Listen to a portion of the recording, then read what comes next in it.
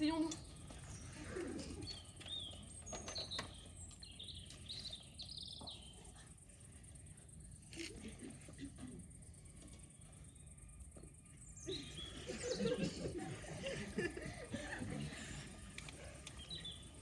Vous ne m'attendez pas. Vous ne m'attendez pas.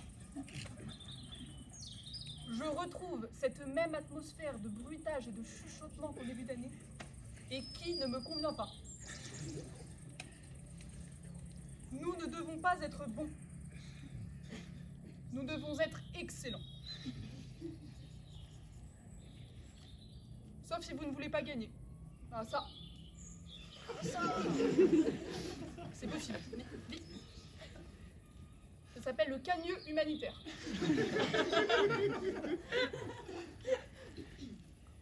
Mais la fatalité, c'est pour les vaincus. Nous sommes des vainqueurs. Et ils attendent de vous les mêmes capacités que quelqu'un de 30 ans.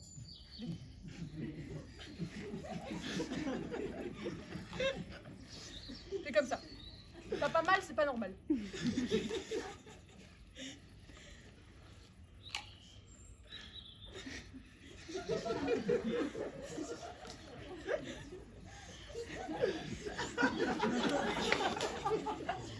Ah, on en a connu des choses, hein. Ah oui. Des annulations de dernière minute. Des incendies, n'est-ce pas? Des prises d'otages en Corse. Un tremblement de terre à Madagascar. Mais tant mieux s'il y a des problèmes. J'espère qu'il y en aura d'autres. On va gagner des places. On va gagner. Et si le jour du concours, vous ne comprenez pas le sujet,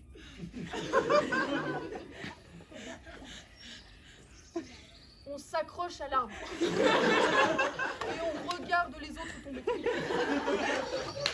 Et on ne les ramasse pas.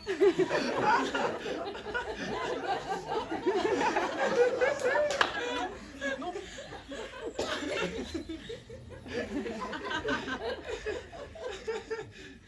Parce qu'ici, c'est pas la Croix-Rouge. Ça va, ça? Là. Bon.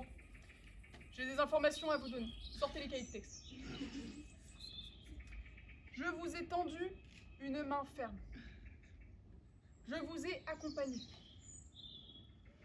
Je vous ai, oui, tendu cette main, et une main, ma foi, fort modeste, fort fébrile. C'est comme ça. J'ai vogué dans les méandres de la thématique annuelle, le Merveilleux. Et je me dois désormais de céder ma place. Bon. Voilà. Et je ne serai plus professeur de lettres en Cagne l'année prochaine. Bon.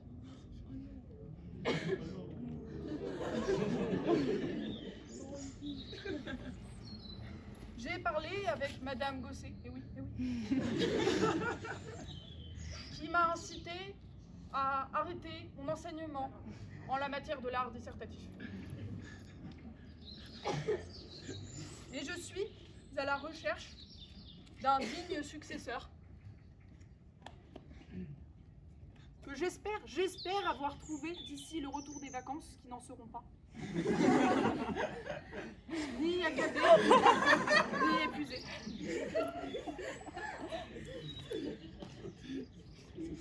Je suis à la recherche du tout autre.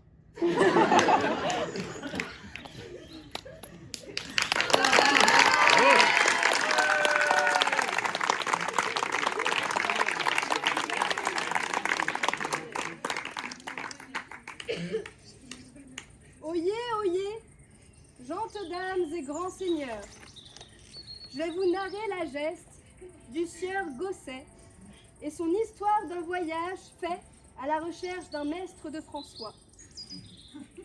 Ça a débuté comme ça. Dans la forteresse Sainte-Marie, le sieur Gosset, après pléthores essais infructueux, s'apprête à quémander d'être relevé de sa charge de maître de François, pour cause d'épousailles multiples en son clan. Il s'en fut donc voir l'amiral Patural de Coligny, ministre du bon roi d'Arras, auprès de qui il obtint gain de cause à la seule et unique condition qu'il trouve lui-même son successeur.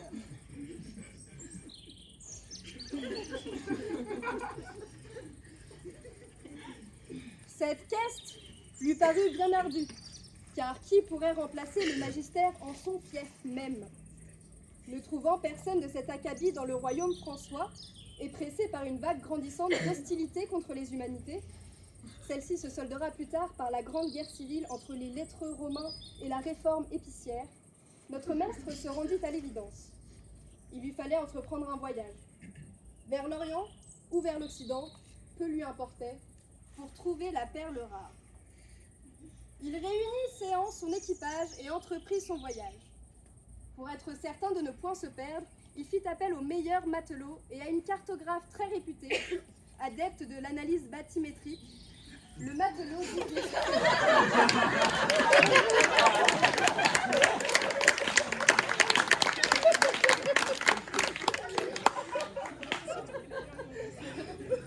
Le vaisseau mouilla en le port de Honfleur, mais rencontra au large de l'île des Anglois quelque chose que les marins prirent d'abord pour une sirène. Après s'être rapprochés, ils furent forcés de constater que l'Estre à la dérive était moins le fruit des contes d'Andersen que celui des Stream of Consciousness woolfiens.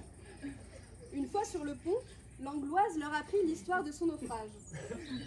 N'ayant point attrapé sa montgolfière, elle avait pris le premier vaisseau à sa disposition pour dispenser à ses disciples son savoir des langues britanniques et germaniques.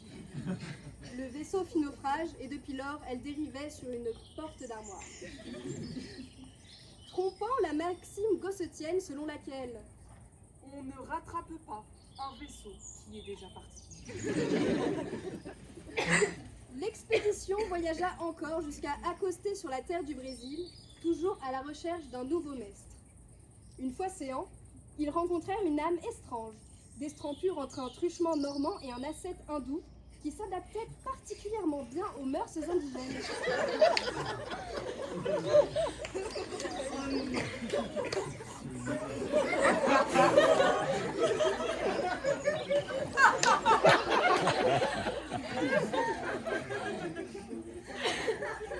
Ils cherchèrent à s'entretenir avec lui afin de savoir si sa réputation de sagesse n'était point usurpée.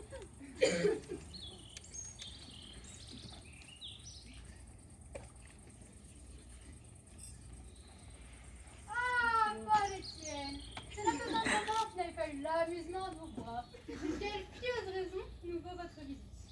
Sachez qu'au détour d'un livre de cartographie platiste, je me suis rendu compte que certains explorateurs, ayant parcouru les confins du monde, ont rencontré une bande de sauvages, une respectable société, dont l'âme était bien loin de notre Seigneur Jésus-Christ. Donc je suis ici en mission évangélique. Voilà. Rendez-vous compte, Yel n'aurait pas lu la somme théologique de notre grand saint Thomas à la fin. Saint Thomas d'Aquin. Ouais, et en fait, vous voyez, pas plus tard qu'en arrivant tout à l'heure, j'ai croisé une toupie qui était habillée avec... Enfin, habillée, bon, voilà. Et de la même manière, regardez, j'aurais pris ce genre de maracas, là, non mais c'est insupportable, j'étais obligé de les confisquer. Ce genre de rap, autant, quand j'écoute du Wagner, j'ai envie d'envahir la Pologne. Autant en écoutant ce genre de rap, j'ai envie de me tirer une balle. Popol, je dois vous avouer que vous êtes bien drôle. On me dit souvent que j'ai le rire facile, mais je dois avouer que vous, entre tous, m'amusez le plus. Et comme on dit, femme qui rit à moitié dans ton lit et qui te donne ma main parce que... Bref. Oui, non, mais ne croyez-vous pas que ces pauvres créatures puissent quand même être touchées par la grâce? Touché par la grâce? Croyez-moi, si ça ne tenait qu'à moi, je ne serais pas touchée par la grâce. Mais moi, s'il y a bien un point de la doctrine protestante avec lequel je suis particulièrement d'accord, c'est cette idée de prédestination. Parce que vous ne vous rendez pas compte de l'ampleur de cette tâche. Ces gens-là sont stupides. Prenez un individu normal. Maintenant, prenez un toupie. Déjà, ils sont petits. D'ailleurs, vous avez déjà parlé des Bushman? Oui, non, c'est bon. Bref, ce que je veux vous dire, c'est que laissez-moi décharger vos frêles épaules de ce lourd fardeau. Je peux leur apporter ma science. Ne suis-je pas après tout ce que l'on pourrait appeler un génie? Mais c'est du second degré, bien sûr. Vous me connaissez, c'est du troisième, c'est du cinquième, du 15e degré. Non, mais cette tâche me tient vraiment à cœur. Je pense être celui qui peut leur inculquer la vérité. Tu vois, la vérité, c'est un peu comme un noyau à chercher dans un fruit. Ou un Ben Laden à chercher dans une grotte. D'ailleurs, je vous ai dit qu'il n'était pas mort, lui. Parce que... Bon, il me vient une idée géniale. Attendez, je vais chauffer mes lunettes avant. Parce que je ne vois pas bien sans. Et depuis tout à l'heure, je vous vois en flou. Eh oui, bah pourtant. Ah ouais, c'est tout ça. Ouais, voilà. Il n'était pas assez grand, donc en fait, ça marchait pas. Ouais, je vous écoutais. Je vous écoute. Oui, je disais une idée géniale, encore. Je me réserve 90% du temps pour les écrits. Et je vous concède, parce que je suis grand seigneur, 10% du temps pour les euros. Les euros? Mais on chante un peu le coquillard avec un petit biais de crevettes. Ouais, non, ce que je voulais dire, c'est que j'étais plutôt enclin à refuser votre proposition. Bon. Une bonne compétition nous départagera. De toute façon, j'ai déjà eu le concours une fois. Une deuxième fois ne devrait pas poser de problème, surtout face à quelqu'un qui a séché sa prépa. Voilà ce qu'on va faire. Chacun de nous va faire un cours magistral à cette bande de sauvages. On dit toupie, cher ami, on dit toupie, c'est respectueux. Ah, toupie or not toupie. That is the question. C'est comme leurs cousins les Esquimaux. On ne peut plus dire Esquimaux parce que maintenant c'est juste une boîte de glace. C'est comme Indochine. On ne peut plus dire Indochine. On ne peut plus rien dire. C'est lamentable. Bon, faisons nos cours magistraux et à l'issue de ceci, nous déterminerons qui est le meilleur. Alors, soit, mais permettez-moi de commencer. Pourquoi pas?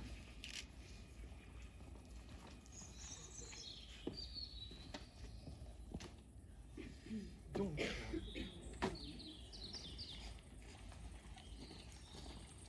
bonjour à tous. Point PES toutes. Nous allons donc 6 thèmes à traiter cette année. Nous allons donc diviser l'année en 2 parties, puisque je suis ami de la parité, surtout dans le couple. Donc 6 mois d'épistémologie, 6 mois de métaphysique, et le reste, on verra plus tard. Écoutez, pour faire de la philosophie, c'est très simple. Pour faire une bonne dissertation, il faut faire de la merde. Voilà. Faites de la merde et tout ira bien. Vous savez faire ça de la merde, n'est-ce pas, Emmanuel? C'est quand même dingue ça, le nombre de gens qui s'appellent Emmanuel et qui nous pourrissent la vie. On va déjà commencer avec un petit QCM. Donc les règles sont simples. Un point, une bonne réponse, un point. Une mauvaise réponse, moins un point. Donc les notes négatives vont affluer, mais je trouve que c'est un très bon moyen de déterminer le niveau de mes élèves. Voilà, donc le QCM est sur vos tables et vous avez très exactement 7 minutes 34. Ah, ma femme me manque.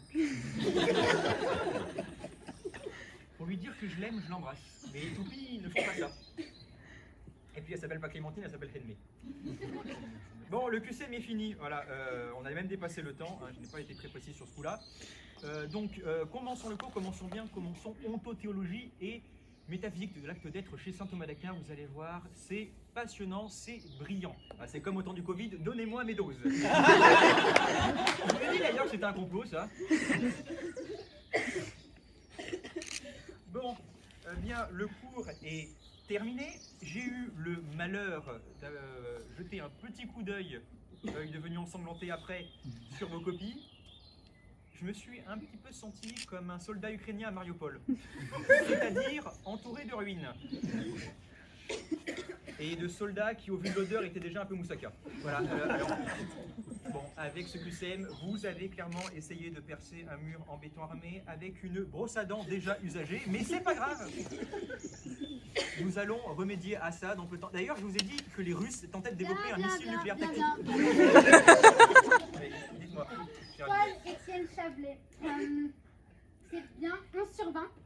C'est bien, c'est pas mal. Je suis content. Bon. Le propos est fluide. L'introduction est solide. Les deux premières parties sont maîtrisées. Par contre, les transitions sont à retravailler. Et là, en troisième partie, il faut s'amuser. Là, en troisième partie, on y va. Il faut de l'audace. Soyez plus joueuse, bien, soyez punk. Moi, et là, vous voyez, en troisième partie, j'aurais fait une petite croyez. Là, ça claque. Là, vous voyez, justifier la suprématie blanche, bah là, on est en plein dans le milieu. Voilà. Bon, et après, là, votre prolongement sur Frédéric Lerche sur Platon. Je suis pas très convaincue parce que déjà, une femme qui s'appelle comme moi, j'aime pas trop. D'une tentative de castration sur ma personne. Mais sinon, dans l'ensemble, c'était plutôt pas mal. Hein. Je vais laisser maintenant place au professionnel.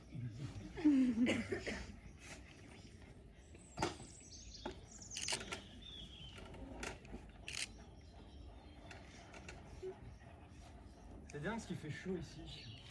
Ça doit être la ménopause. C'est vrai qu'il fait un peu chaud, hein. Ouais, moi ça va, mais vu votre gabarit, bah j'aurais un petit peu peur de l'insolation. Pourtant j'avais sorti la veste du moelchon.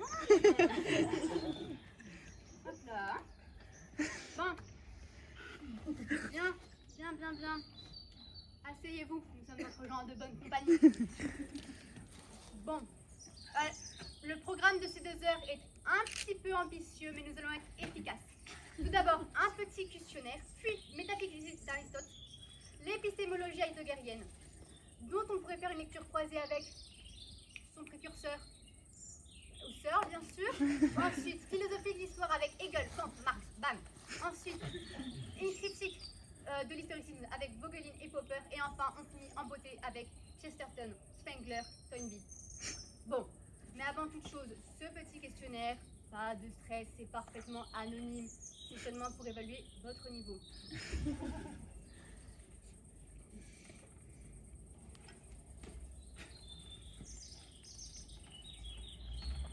Non, mais c'est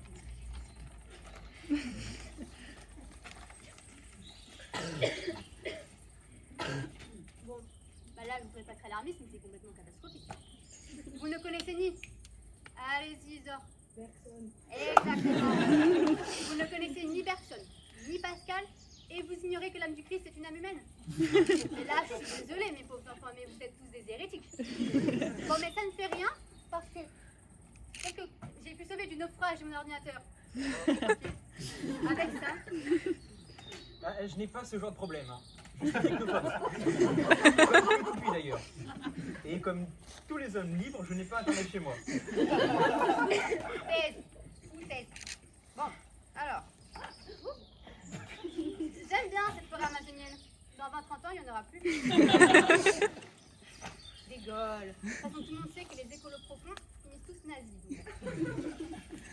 Alors, métaphysique d'Aristote. C'est très simple. Ce qu'il faut savoir, c'est que pour Aristote, ce qui est, au sens de ce qui existe, est une substance, c'est-à-dire un composé ilmorphique constitué d'une matière et d'une forme. Bon voilà, comment vous expliquer ça par un exemple? Oui, un exemple.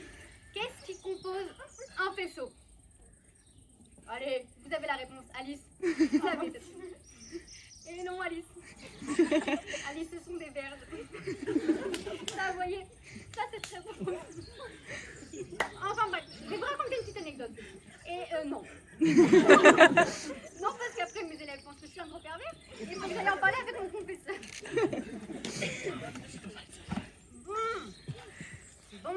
Bon, bah j'ai passé 2 heures sur 2 lignes. Mais c'est pas grave. On finira rapidement à résultat demain. Et puis c'est pas grave, je suis très contente de vous. Allez hop, mon pec, je m'en remets à ton analyse. En parlant de... on a fait que 2 lignes et on a tenté de terminer rapidement. Vous avez parlé pendant 2 heures et 30 minutes. Donc là, vous avez dépassé sur le cours, on est bien d'accord. Mais donc, il n'y a pas de bus, il n'y a pas de récréation pour les petits jeunes. Non, c'est pas possible ça. Voilà, donc déjà, sur le temps, il faut accepter ça. Ensuite, j'ai pris des notes que j'ai oubliées. Je sais pas, elles doivent être à l'imprimante, aux toilettes, à la cantine, j'en sais rien. Pour un carton, c'est pas grave. On sent un amour du sujet. Ça, il n'y a pas de doute, en témoigne la gueule du tableau. Donc, un amour du sujet, donc une bonne connaissance des concepts. Une très bonne licence à l'oral, mais vous voyez, ça frise parfois sur le one-man show. Pourquoi pas pour être tout à fait honnête, j'hésite entre 2 notes. Soit je vous mets 9, soit je vous mets 10. C'est pour ça que je vais vous mettre 8. Je ne l'ai pas noté sur 10. Voilà, bon. Oui. C'est pratique où sont les questions? Ah, c'est avec les points des questions, sinon ça fait 7. Oh Paul, vous êtes dur en affaires. Mais vous savez quoi, ça ne fait rien, parce que ces sauvages sont sots. Soyons respectueux, soyons toupies, soyons inclusifs. Vous me parlez Point VES. vous me parlez encore une fois d'inclusivité. Et je demande la retraite anticipée. Ou l'euthanasie. Babo Létienne vous tiendrez la seringue.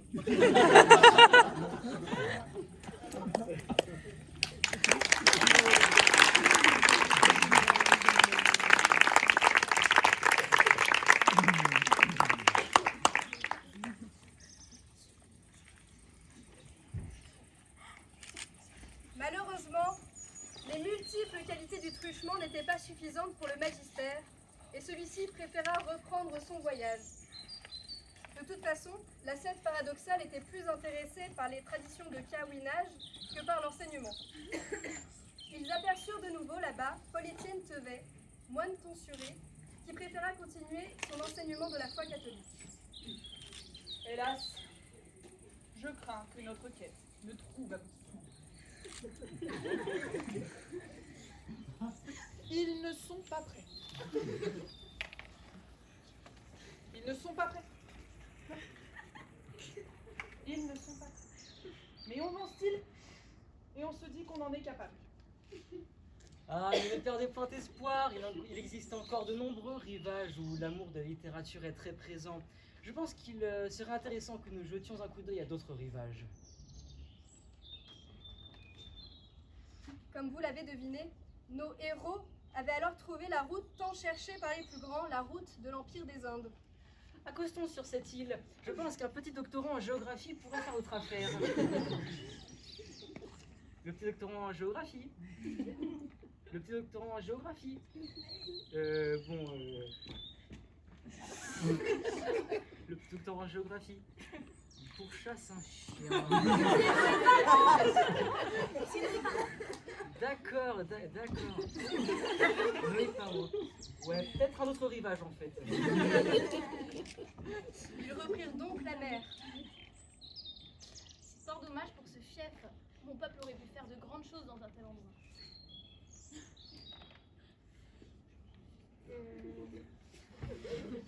Voilà de nouvelles terres.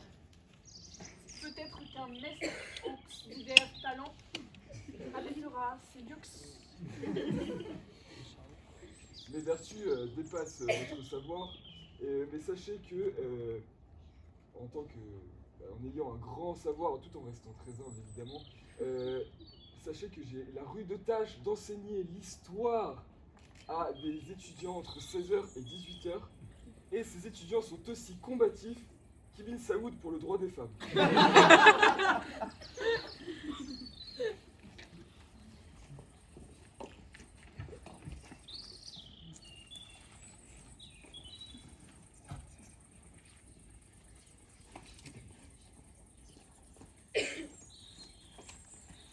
Ah, Catherine, comment vas-tu? Ça va bien et toi? Écoute, voilà, j'ai appris que ton programme cette année était un programme très exotique sur les mondes indiens, si je ne me trompe pas. Toutefois, j'ai une petite réserve, je pense que mon programme est vraiment bien meilleur. D'ailleurs, la preuve en est que un certain Victor s'amuse à arriver en retard le matin. Tu sais quoi? En bloquant le métro D avec son petit corps, pour ne pas arriver le matin en cours. Voilà. Bon, concernant les retards sur ce point, je suis d'accord avec vous. Et bon, sur le retard en lui-même, plus sérieusement, d'abord il fait la même chose en histoire, hein, avec toute la discrimination.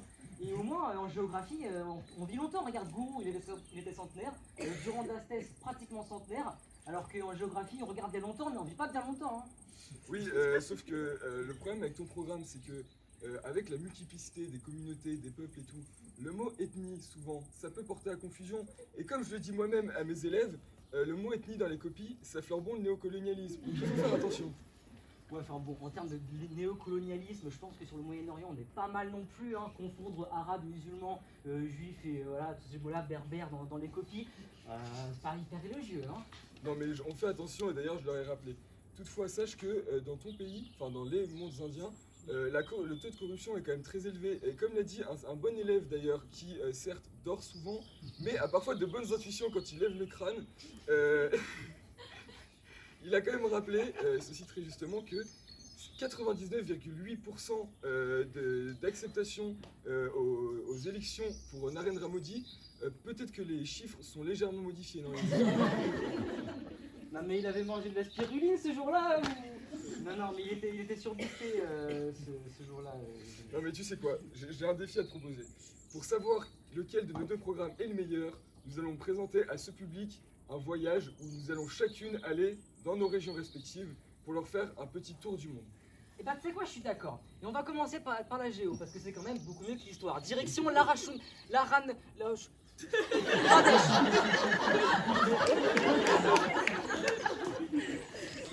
Face donc à ce défi grandiose mené par nos deux professeurs érudites et magnifiques, notre chère professeure de géographie, Madame Catherine Didier-Fèvre, part donc dans les mondes indiens pour avoir beaucoup de connaissances pour les donner ensuite à ses élèves.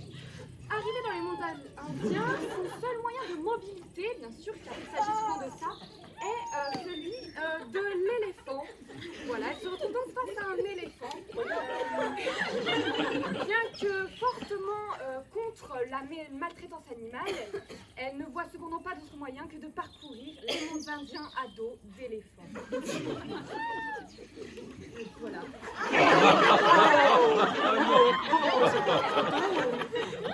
Et les voilà partis.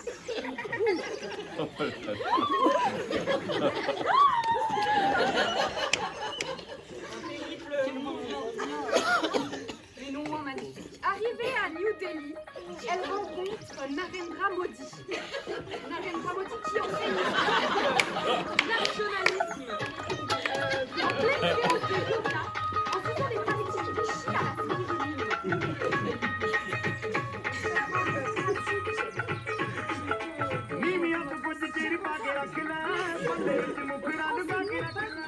Président nationaliste. Au même moment, toutefois, un jeune religieux bouddhiste s'initie aux pratiques du Kama Sutra. Approchez, madame. Donc, vous initiez aux pratiques et aux positions des brahmanes du Kama Sutra. Je vais faire brahmaner. Qui sont, je le rappelle, spirituels avant que d'être charnels. La fleur du lotus, tout d'abord. Ainsi, notre cher professeur s'essaye aux quelques mouvements du Kama Sutra. Pas risqué, nous le remarquerons. Cependant, elle s'exécute fort bien. Après cet éprouvant moment, Alain Finkielkraut va nous détendre l'esprit avec ces quelques mots très inspirants. Monsieur Finkielkraut, un mot sur la nouvelle élection de Narendra Modi? Je vais pas répondre. Monsieur Finkielkraut. Quoi? Tout de suite, là? Oui, Maintenant? Mais on est à l'antenne, monsieur Finkielkraut. Le spectacle de Cannes a commencé! Ça fait 4 minutes qu'on est à l'antenne, monsieur Écoutez, Finkielkraut. je ne savais pas que le spectacle de Cannes avait commencé. Nous allons voir les mondes indiens, vous allez voir le Moyen-Orient. Et s'il vous plaît, soyez concis dans votre propos, monsieur Finkielkraut. C'est un très beau spectacle, je ne dis pas, mais on attend les intervenants. Voilà. Merci. Au même moment, Madame Pire, se trompant de destination, se retrouve en pleine bataille des Thermopyles. Oh là, mais non, mais où suis-je? Oh là là, ma parole, mais je le reconnais! Mais oui, lui, c'est Léonidas, ma parole, les Thermopyles! Que dois-je faire? Quelque peu terrorisée au début, elle prend ensuite son courage à deux mains. Spartiate, quel est votre métier? À la table!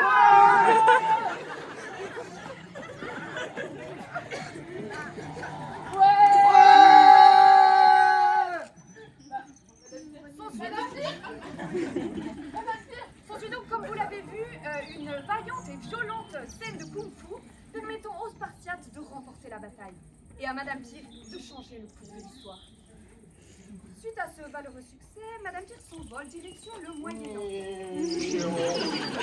Sur le tarmac, elle est accueillie par Otis, son guide égyptien. Bonjour, vous êtes mon guide? Est-ce une bonne situation, ça, guide? Je ne crois pas qu'il y ait de bonnes et de mauvaises choses. Moi, si je devais résumer ma vie aujourd'hui avec vous, je dirais que c'est d'abord des rencontres. Des gens qui m'ont tendu la main, peut-être à un moment où je ne pouvais pas. J'étais seul chez moi. C'est vrai de dire que les hasards, les rencontres forcent une destinée. Quand on a le goût de la chose, on a le goût de la chose bien faite, le beau geste. On ne trouve pas forcément l'interlocuteur en face, le miroir qui nous aide à avancer. Alors moi, ce n'est pas mon cas, comme je le disais là, puisque au contraire, je dis merci à la vie, je chante la vie, je danse la vie, je ne suis qu'amour. Maintenant, quand beaucoup de gens aujourd'hui me disent, mais comment fais-tu pour avoir cette humanité? Je leur réponds simplement que c'est ce goût, celui de l'amour qui m'a poussé aujourd'hui à entreprendre ce voyage avec vous et qui sait demain peut-être à me mettre au service de la communauté, à faire le don de soi. Conduisez-moi. Otis la conduit directement au sein d'une tribu bédouine d'Arabie Saoudite où une vieille Piti fume la chicha en récitant des passages de Nerval.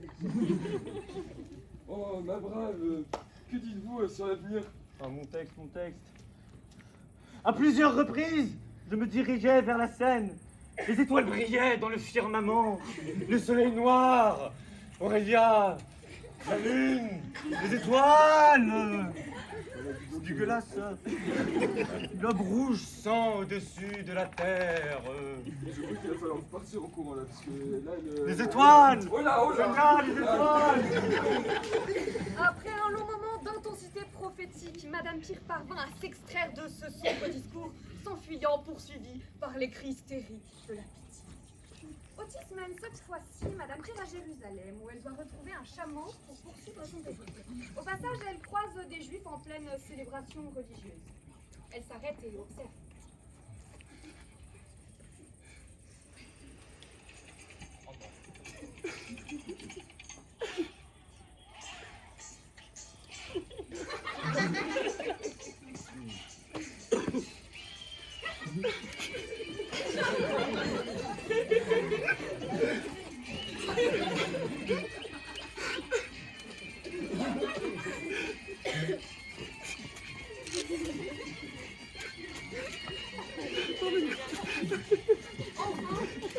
Elle parvint à retrouver son chameau conduit par deux croisés et repart en direction de la Grèce, participer à un nouveau plan.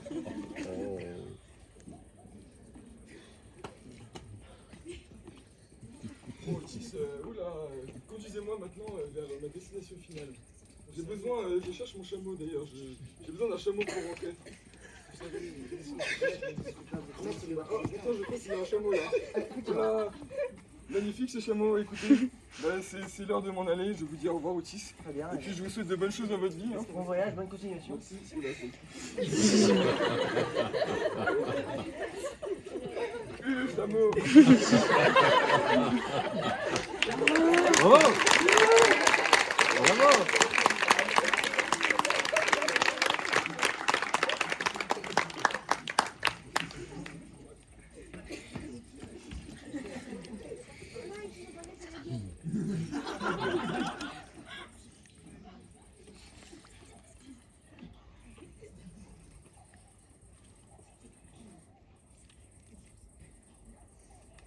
Ce périple commence à m'épuiser. C'était très marrant, mais ça m'épuise.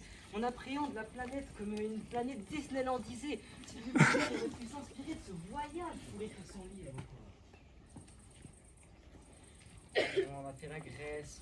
Pourquoi pas rester au Bangladesh? Apparemment, l'attraction des bus qui nous jettent en restant en mouvement, c'est très marrant aussi. Seriously? Nous sommes à Athènes. Décontextualise et recontextualise. C'est l'endroit parfait pour trouver le nouveau magistère. Mais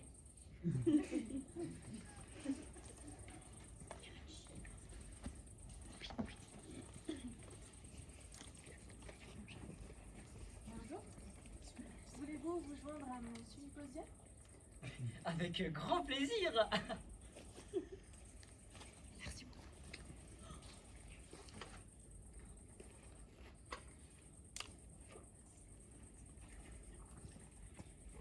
Seriously? Nous n'allons pas nous asseoir sur cette table. Je viens de voir un homme uriner juste à côté. En plus, c'est vrai, j'ai vu que cette ville manquait cruellement de dispositifs anti-pipi sauvage. C'est pas très convaincant tout ça. il n'y en a pas d'autre.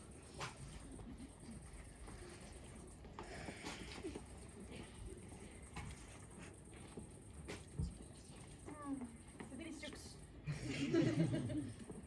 Madame, auriez-vous le profond désir d'enseigner l'art dissertatif? J'ai pesé le programme. 3,5 kilos. 5607 pages. 2 700 000 mots. Oui.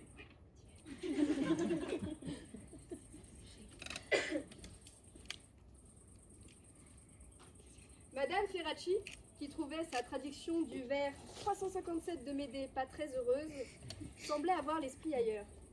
Elle ne montra aucun entrain dans sa réponse à la proposition du maître. Nos 3 héros poursuivirent alors leur chemin vers l'ouest.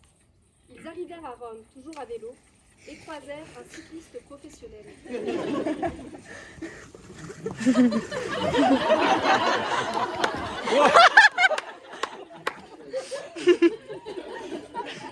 Saluez, amiki. Cher monsieur, aimez-vous les lettres? Oui. Entre vélo et lettres, je préférerais toujours lettres. Il semble parfait ce monsieur. Il aime autant les lettres que les mobilités douces. Le jeune fait du vélo.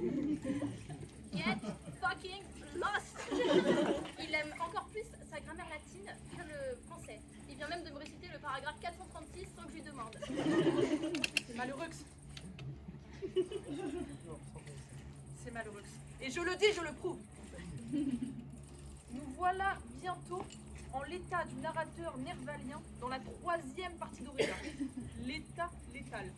Dites pourquoi c'est drôle. Oui, peut-être que là-haut, en haut de cette tour, il y aura un mage qui nous dira où aller, qui trouver. Oui, bon, on a compris. Peut-être. Mais comment y accéder avec cette porte condamnée? Alors là, nous retrouvons quelque chose. C'est chaud, hein, c'est chaud ce que je vous demande. C'est compliqué, mais c'est la thématique, un topos, non, du paraclosityrone. Ah, c'est chaud.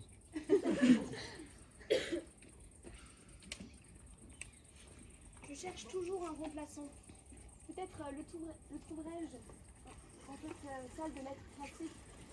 Derrière cette porte. Toc toc. Dis-moi, toi, c'est toi qui gardes les secrets les plus cachés. Toi dont les pieds.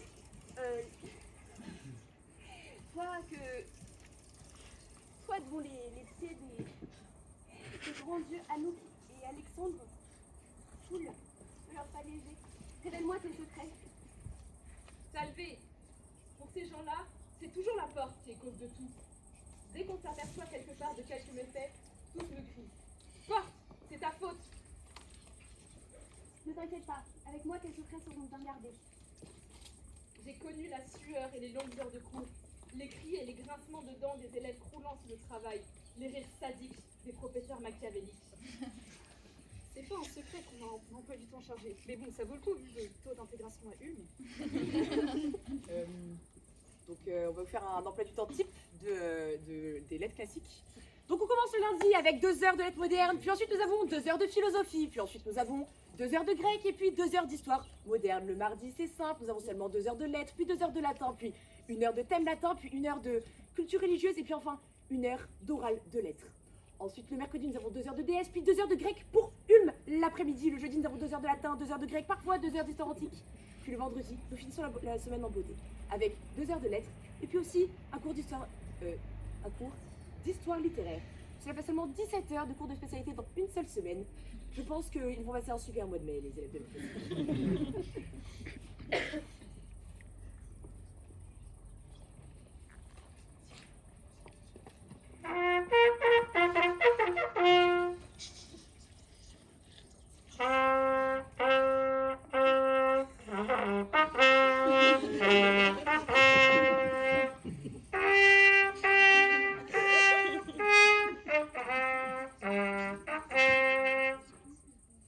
Bon, Clément, là, il faut éviter les lacunes. Donc, je vous prescris un régime sans œufs.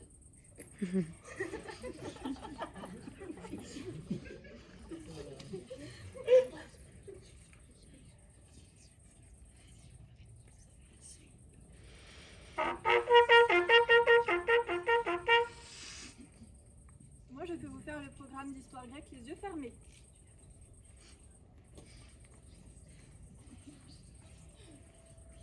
Monsieur Arthus Google.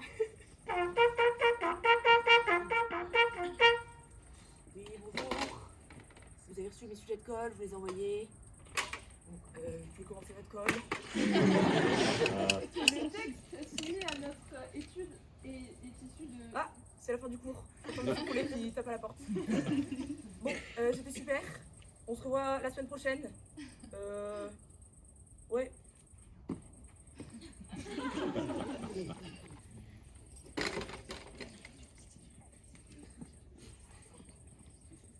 Monsieur Montagnier. Barbarisme, solécisme, un peu raide. Monsieur Gosset.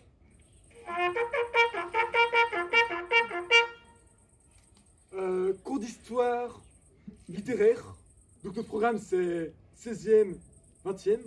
Je vais commencer avec Platon et Aristote. On va finir avec Baudelaire, sa modernité, il n'y a plus rien après.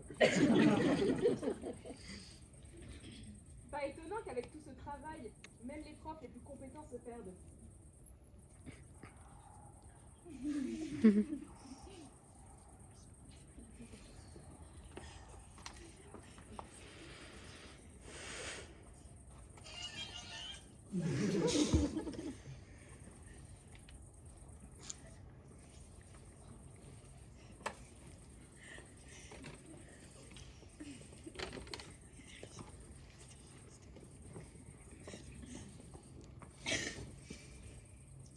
Reconstitution de la découverte tardive du programme de grec. Par une froide après-midi de novembre. Bring.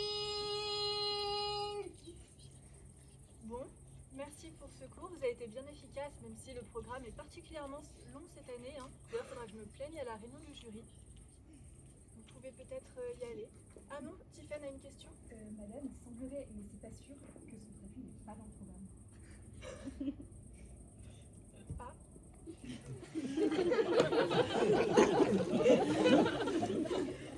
Après cela, je garantis que Madame Ferrati passa une nuit blanche. Mais en fin de compte, nous finîmes le programme de grec avant celui de latin, aux grandes dames de Monsieur Montagnier. Il aurait peut-être fallu que Montagnier te trompe, il nous aurait moins taclés.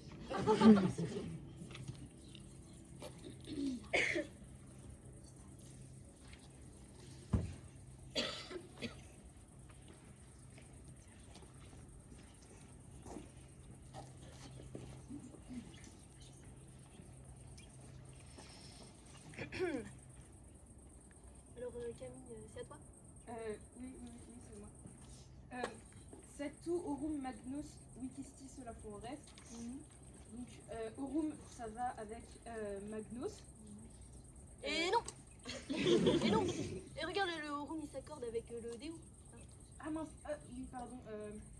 Ah, tiens Camille, ça fait longtemps. Tu pourrais me réciter la déclinaison de hic, haec, hoc? Oui. Bon, déjà, commence par le singulier, hein. Déjà, si tu y arrives, c'est bien. Hic, haec, hoc. Is, ea, i. Anc, urum, is. Cuius, cuius, cuius. Cui, cui, cui. Alors oui, c'est complètement catastrophique. C'est vraiment chaud, là. C'est chaud. Ouais. Ce qui serait bien, c'est que la prochaine fois, tu le fasses un petit peu plus rapidement, parce que tu vois, au concours, si tu te récites à cette cadence dans sa tête. Oui. Bah, vas-y, continue. Ut, semel et flao, donc ça veut dire dès que conciliata héros, non? Eh ben non! Bah non, bah Camille, enfin, bah là c'est la leçon 2 du manuel des débutants. Hein. La vraie Marie, tu t'en souviens? Donc, urbem captam ostie diripuit, les ennemis pillèrent la ville ayant été prise. Là. Alors là, tu vois, il faut retourner lire le paragraphe 436. Urbem captam, les hommes. Urbem captam, hostis diripuit. Ils prirent la ville, puis la pillèrent. Hein. Non, mais c'est des choses toutes simples. Hein. C'est pas grave. Allez, eh bien, c'est la fin de la journée. Bon, c'est demain, vous avez vos résultats, c'est ça? Ah bah c'est super. Bon, on pourra faire un petit cours. Hein, c'est très bien. Une bonne fin de journée.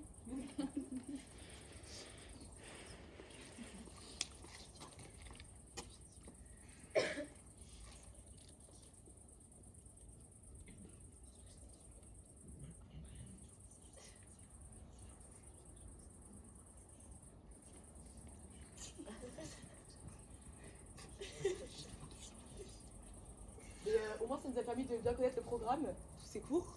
Donc on va vous faire un petit récapitulatif de ce qu'on a compris sur le thème de cette année. C'est quoi le thème? Amour et amitié. Donc on a commencé en beauté avec le très beau discours de Pausanias. On a appris qu'il y avait deux sortes d'amour. L'amour céleste et l'amour vulgaire. Nous, pauvres femmes, nous sommes que capables d'amour vulgaire. Je suis très heureuse de l'avoir appris. Je pense qu'on aurait dû laisser les hommes entre eux, afin qu'ils profitent de ce genre de plaisir. Mais vu le taux d'hommes dans la classe, on est vraiment super vulgaire. On n'a pas eu beaucoup l'occasion de s'initier à la pédérastie. Mais vous savez, Médée, elle nous a appris qu'on peut tuer notre mari. En même temps, pourquoi il s'étonne, après tout ce qu'elle a fait, qu'elle massacre femmes et enfants? Je vais t'arrêter là. Je pense que Médée, c'est du proto-féminisme. Elle était très en avant. Elle était très avant-gardiste finalement. Et je pense que c'est très beau ce qu'elle a fait pour la cause des femmes. Quand même, la culture grecque, c'est un peu glauque, alors que Psyché, elle nous apprend que c'est pas très grave si on ne voit pas notre mari, tant qu'il est riche et qu'il pourvoit à nos besoins. Le risque, c'est qu'il risque d'embrasser sa mère. Les relations entre Cupidon et Vénus sont d'une nature un peu étrange. Et puis la pauvre, elle se fait battre de verge par la mère incestueuse. Mais moi, vraiment, ce que je retiens de l'année, c'est le cours sur le consentement que nous donne Catulle. On va d'ailleurs vous faire le poème 62. On va vous refaire le poème 62. Donc, c'est la nuit de noces. Moi, je joue la jeune fille. Et moi, je joue le jeune homme. Je ne veux pas me marier. Si, tu veux te marier. Je ne veux pas me marier. Si, tu veux te marier. Je veux pas me marier. Si, tu veux te marier. D'ailleurs, tu ne t'appartiens pas à toi-même. Un peu à ton père, un peu à ta mère, et ils t'ont donné à moi. Merci Catulle. Mais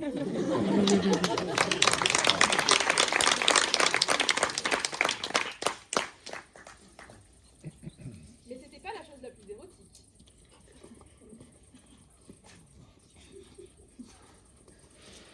Venez ça, mes enfants, que je vous conte le jour où le maître Montagnier a précipité ses disciples au dehors de leur innocence et candeur jusque-là sans tâche. Narre-nous donc, ô porte, cette perte de virginité. Oui, dis-nous, aux portes, avant que je sorte de mes gonds. C'était en l'an MMXX, VI. Au cours de l'enseignement que le maître dispense le mardi à ses ouailles, vint un moment où le texte parla en ces termes. Les languior tenera cui pendens sicula beta numquam se mediam sustulit ad tunicam. Ah oui, je me rappelle de la traduction. Vous s'en souvenez déjà, monsieur?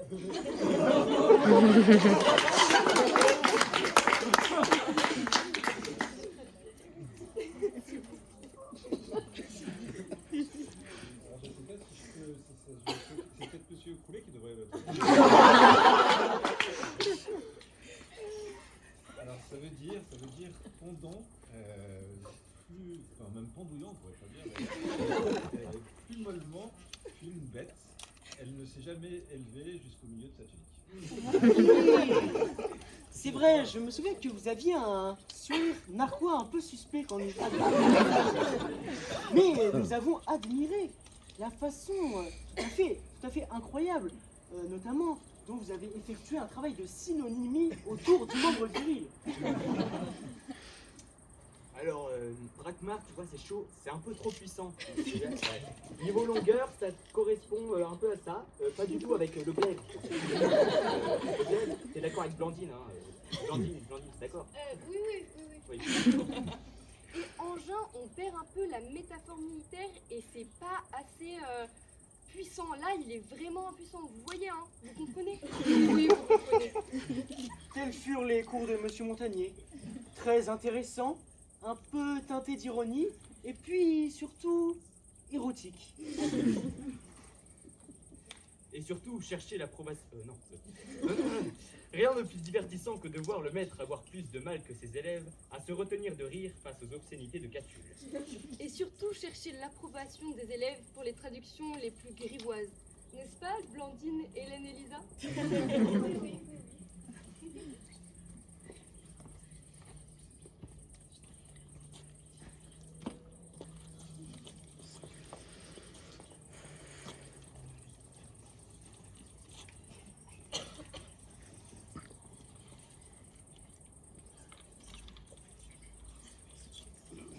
La salle de lettres classiques est tapissée de vincites pédestres, racontant les discipulis et les magistries.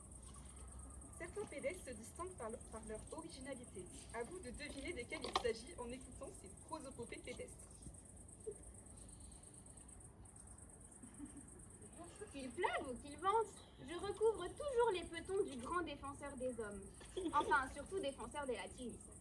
Je suis bariolée de montagnes, vélo rouge, petit soleil, rayures en tout genre, petit pois, fusil astronaute. Autant de motifs qui rappellent la flotte aétative de mon possesseur. Lors de la matinale ascension de celui-ci vers la salle du savoir, courbé sous le poids de sa tête qui contient un gaffio intériorisé, je me flippe mais tiens bon à l'intérieur des éternels New Balance et je me dis que là, c'est raide. En été comme en hiver, mais surtout en hiver, il pleut. Tu atteins le vide de travers. Dans la course, on entend les bruyantes claquettes qui jusqu'à peu avaient les chaussettes en horreur. Chaussé comme un va-nu-pied plus que comme un roi, mon professeur prétend ne jamais avoir peur du froid.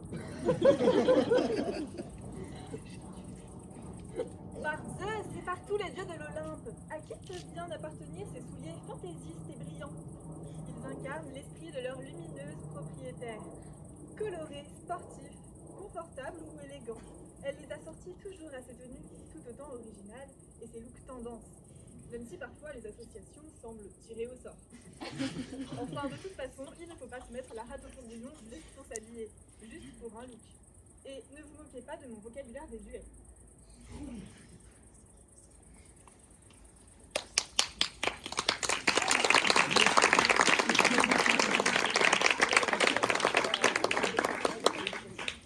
Pour finir, on aimerait bien remettre 2 palmes d'or à nos 2 professeurs pour cette année exemplaire.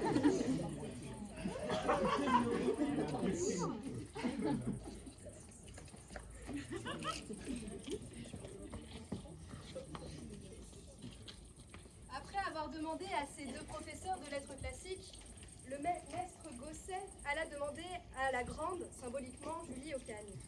Celle-ci n'a cependant pas voulu monter dans l'avion pour Lyon, bien qu'elle ne cessât de répéter « Il faut monter ». Et là, ça monte, là.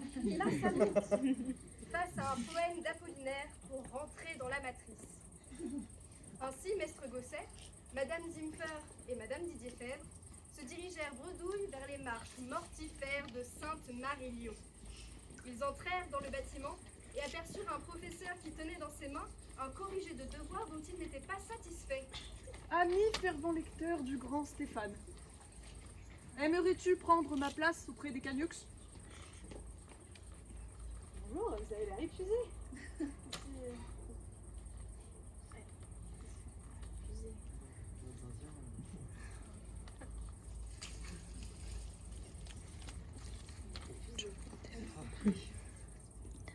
La situation est pire que la gestion des déchets à Dakar.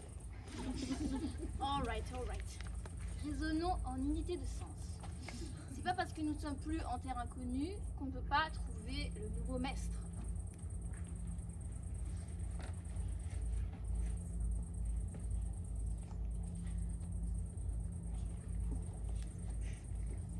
Bien.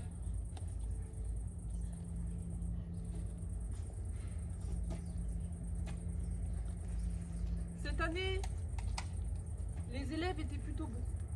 Je les surnommais les Ténux. Ils n'avaient de cesse de m'apporter Aragon.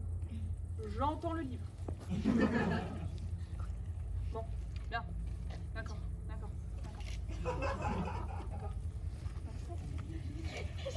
Je ne sais pas ce que c'est que ce voyage. Ce doit être voyage fait en la terre des débiles? Bon. Voilà ce que nous allons faire.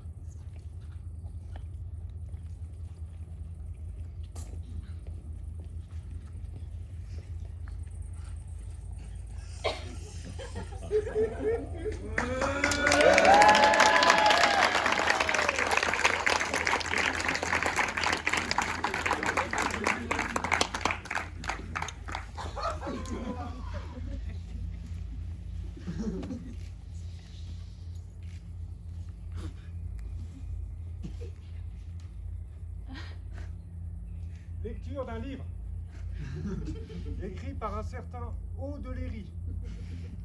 Titre du livre: Histoire d'un voyage fait en la terre des débiles.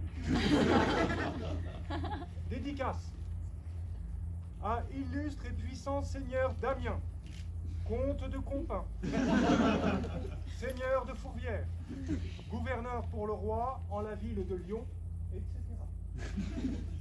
Monsieur, comme mon intention est de perpétuer ici la souvenance d'un voyage fait expressément en la terre des débiles, pour établir le pur service de la vara, aussi estimai-je être mon devoir de faire entendre à la postérité combien la louange de cette vara, qui en fut la cause et le motif, doit être à jamais recommandable. Surcroît, monsieur, je prierai la vara vous tenant en sa sainte protection et fasse prospérer de plus en plus vos vertueuses et généreuses actions. Ce 3e de juin 2026, votre très humble et affectionné serviteur Audeléry. Chapitre 1. Du motif et occasion qui nous fit entreprendre ce lointain voyage en la terre des débiles. Quelques cosmographes et autres historiens de notre temps ont déjà écrit de la longueur, largeur, beauté et fertilité de la terre des débiles. Mais afin que tout soit mieux connu et entendu de chacun de mes collègues, commençant par le motif qui nous fit entreprendre un si fâcheux voyage, je dirai brièvement quelle en fut l'occasion.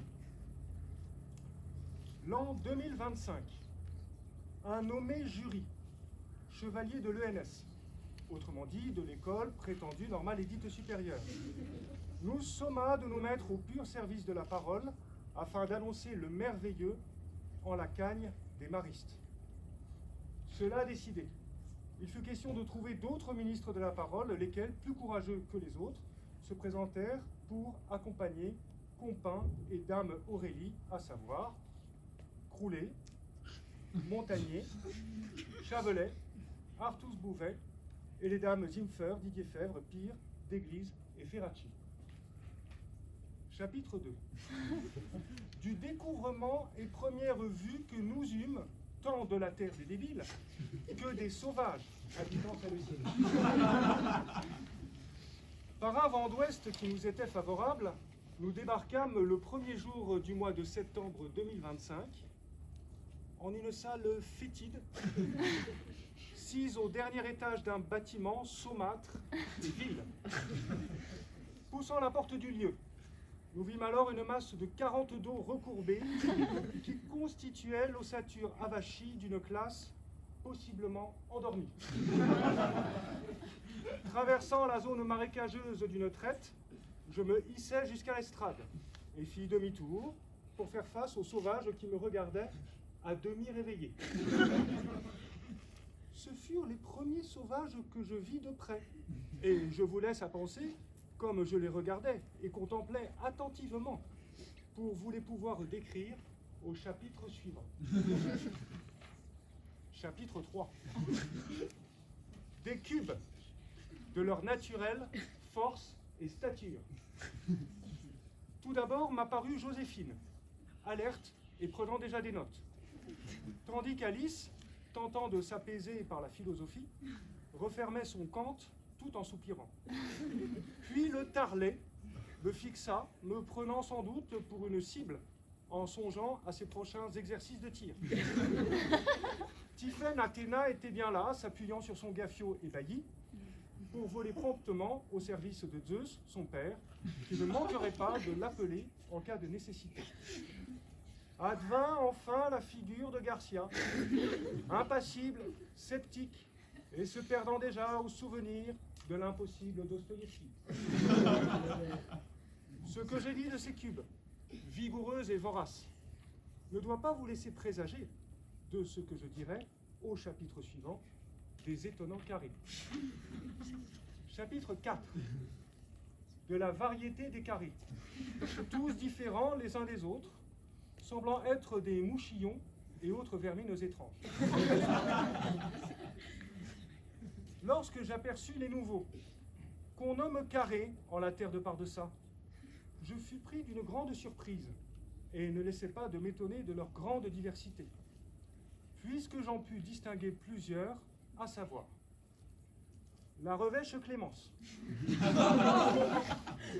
et Sixtine la mutine, Baudet le farfadet et la preste céleste, Camille la sage et Jules le folle, Charlotte en réserve et Julie l'indéchiffrable, Eudes seul en sa place, Blandine cachée sur l'aile, Schiavarella qui fait le fort à bras, Jean-Théophile bien peu visible, Isor l'étonné, Pia l'épuisé, Célia l'éplorée, Alexia l'inarrêtable, Hélène convalescente, Louise la murmurante, Marie la larmoyante, Victorine bien chuchotante, Hubert le dictionnaire, l'autre Isor l'élégante, Maloto le ronchonnant, Jeanne l'impassible, Pélicier toujours partant, Romane l'insouciante, Pauline gyrovague, Lisa vraie dame aux camélias, Eva rêvant à quoi, Vautrin courant après son maillot jaune, Domitille notre scribe, Aube si peu matinale, Caroline l'insoumise, et enfin Célestin l'introuvable. Chapitre 5 et le dernier.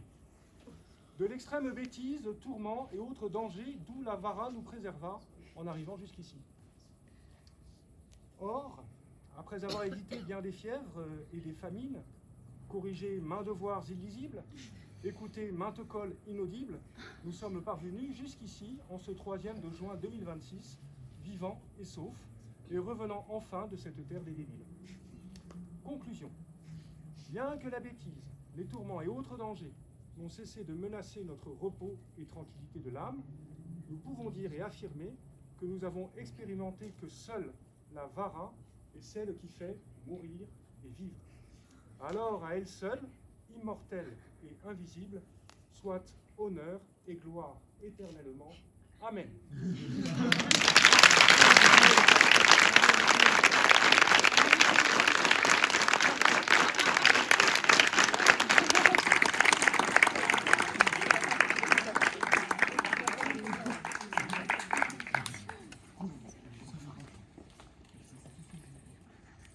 Le magistère distingua alors 3 pôles, qui tournaient autour d'un sujet bien précis, son successeur. Ces 3 pôles étaient les suivants: investissement, goût pour les lettres et dévouement envers ses élèves.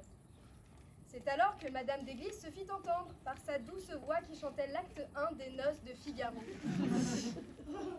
Vous ne trouvez pas qu'il fait beau ici? Non, c'est pas bon. Vous ne trouvez pas que le soleil est beau? On se croirait à Venise. Devant l'optimisme de Madame d'Église, le maître et ses conseillères tombèrent d'accord. Ils avaient en face d'elle la future maîtresse. J'ai une mission pour vous.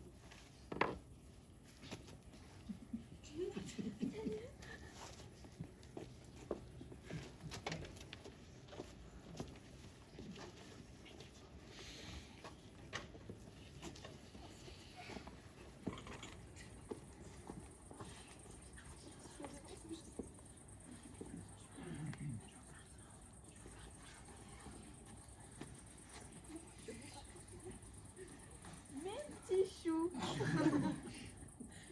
J'ai trouvé, rien que pour vous, la chorégraphie du vaudeville final du mariage de Figaro que Beaumarchais avait omis de présenter dans son livre.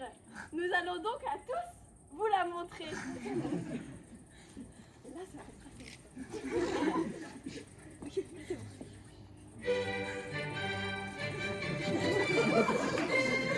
Ok,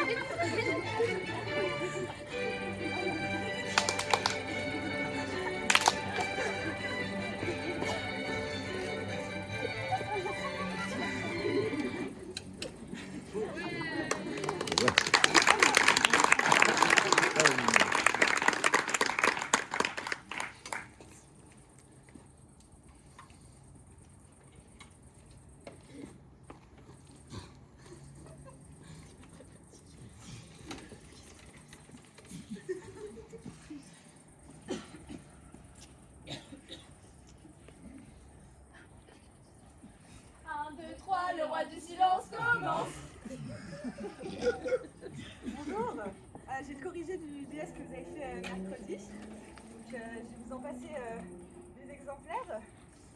J'ai qu'un seul exemplaire. Bon. Ah, j'ai mal au dos. Je vais rester assise.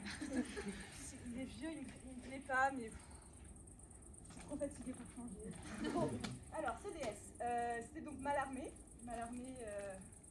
que vous connaissez. Donc on va commencer un peu la correction. J'ai très mal au dos. Est-ce que quelqu'un pourrait aller écrire au tableau peut-être?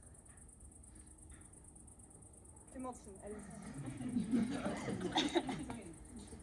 Très bien.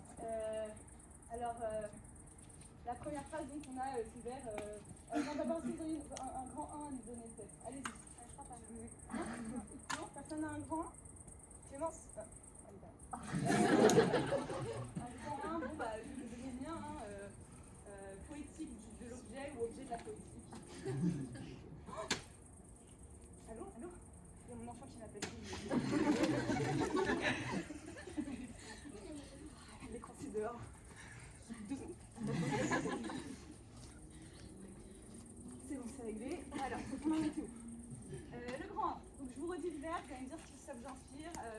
Abolie, bibelot, dynamité sonore. Hein? Vous avez bien quelque chose à me dire. Allez.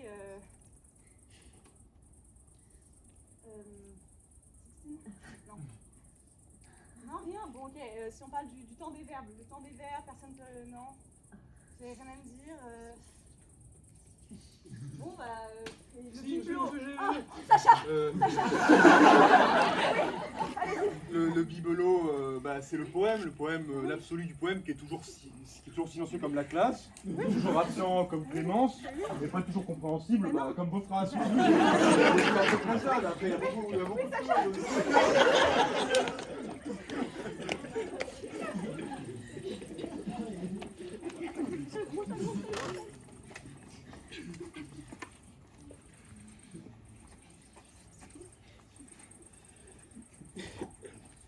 finalement, comme l'a dit un grand homme, il faut toujours remettre l'église au milieu du village.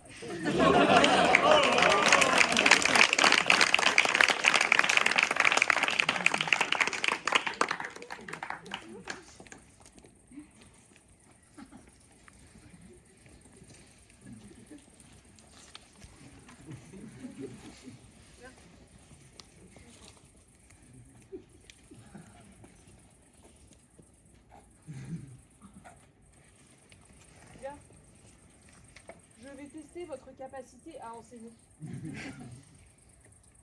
Faites l'analyse logique de la phrase suivante. Qu'est-ce que vous faites en premier? Alors. Non. Qu'est-ce que c'est que eux? Je ne sais pas ce que c'est quoi, je connais pas. J'encadre les verbes. Non, avant. On prend un stylo. Qu'est-ce que c'est que ça? C'est une règle. Qu'est-ce qu'on fait ensuite? On encadre les On verbes. débouche le stylo.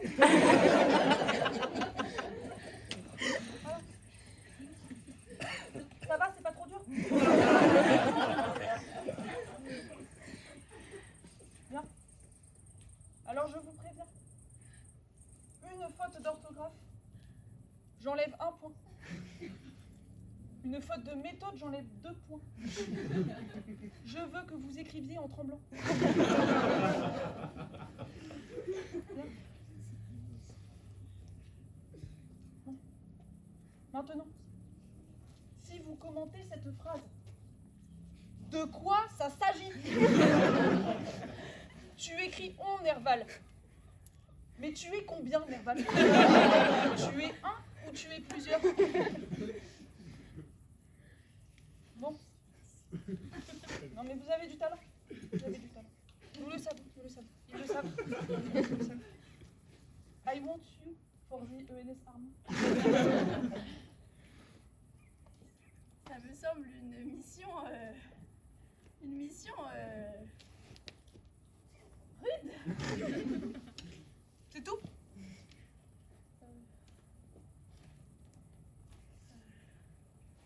C'est vrai. Mais c'est un peu court, madame. On pourrait dire aux dieux bien des choses en somme, en variant le texte. Par exemple, ceci. Moi, monsieur, si j'avais de tels cours, il faudrait sur le champ que je quitte ce jour. Amical. Mais vous devez mourir de travail. Pour ça, je devrais vous donner une médaille. Descriptif. C'est un cours. C'est un coup. C'est un sport.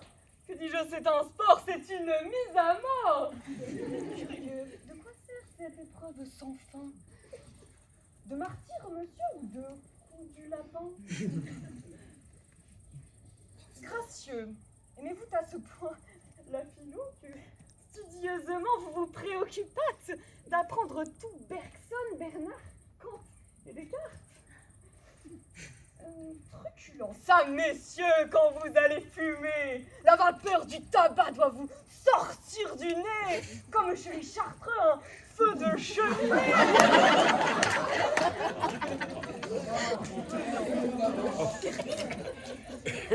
Prévenant, gardez-vous votre tête entraînée par le poids du cerveau de tomber sur le sol. Tendre, pensez à sortir parfois des sous-sols de peur que votre teint sans soleil n'empire. Pédant, car le soldat seul que Madame Pire appelait nationalo-indépendantiste, à côté du cagneux est plus idéaliste. Cavalier. Quoi l'ami, la cagne est à la mode? Pour louper la richesse, c'est vraiment très commode. Emphatique. Aucun prof ne peut, cours magistral, réfuter en entier ton âme doctrinale. Dramatique. Fuyez les devoirs, pauvre fou! Admiratif. On sait qu'on peut compter sur vous.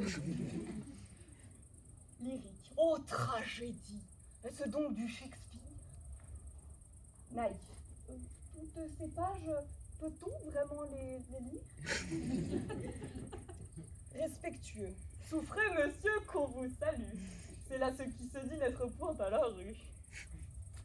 Campagnard. Et rabais, c'est bien court, ananas. Mais quelle espèce de théâtre qu'Alexandre. Militaire. On les aura. Et chic à sentir. Pratique. Cubédon, ce ne sera pas pire. Assurément, messieurs, ce sera le gros lot. Enfin, et parodiant Pyram en un solo. Le voilà donc, le cours qui de l'épée du maître a ôté le repos. Il en rougit, le traître. C'est ce que, madame, vous risquez de connaître, car vous avez les lettres et la raison d'un maître. La classe de prépa de Sainte-Marie-Lyon regorge d'enseignants et de cours de tout nom, qui méritent chacun ici d'être loués. Après ces 2 très grandes et très belles années, où toute la culture de France et de Navarre, anglais, géographie, les lettres et l'histoire, philosophie, culture religieuse, antique, latin, grec, espagnol, allemand, un viatique. Mais trêve du discours, place à d'autres ripailles. Puissiez-vous nous donner le goût de ce travail.